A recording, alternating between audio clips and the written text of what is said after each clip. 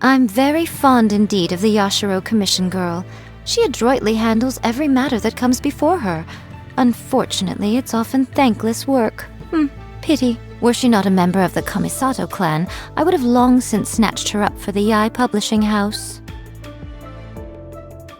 These divine priestesses seem to be getting cuter every generation.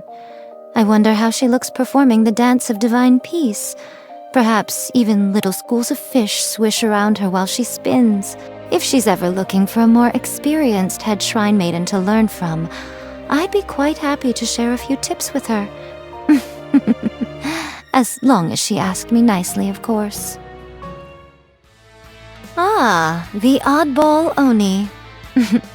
I hear that he's been quite a pain for the Kujou clan. The Tenryou Commission wanted to remove his messages on the bulletin board, claiming that they were harmful to public order. I made quite sure they stayed put. He's an entertaining character. You don't often see Oni like him in this day and age. He certainly has a beautiful tail, although mine's a little softer. I've heard a lot about Miyuki's little sister. Quite the character, I'm told. Although she comes from a family of shrine maidens, she's gone her own way in life. Tried her hand at many different trades, studied abroad in Liyue, even ended up joining the Arataki gang. Fascinating girl. Maybe I should have Miyuki introduce me. Yes, that'll work. Miyuki wouldn't dream of refusing my request. Ah, yes, the little ninja child.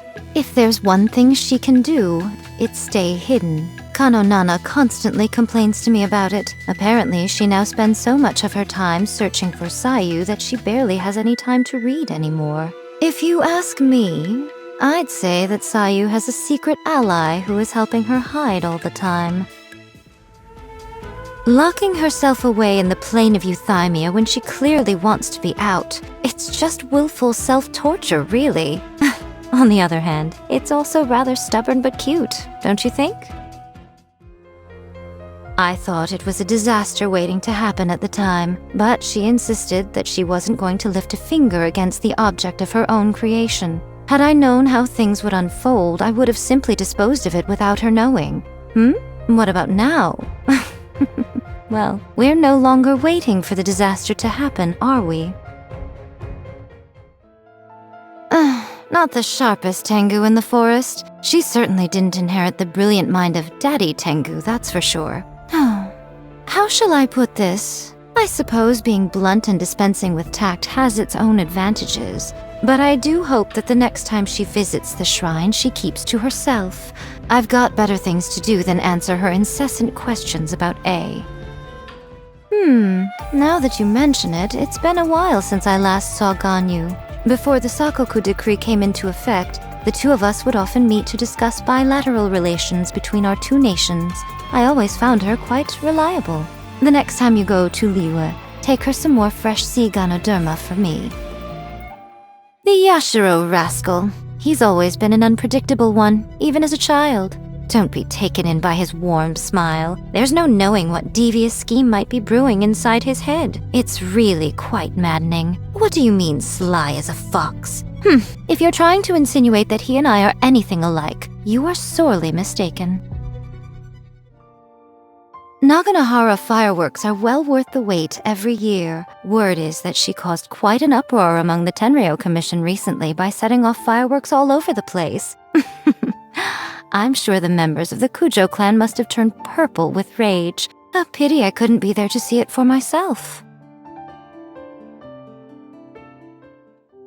Boring. Utterly boring.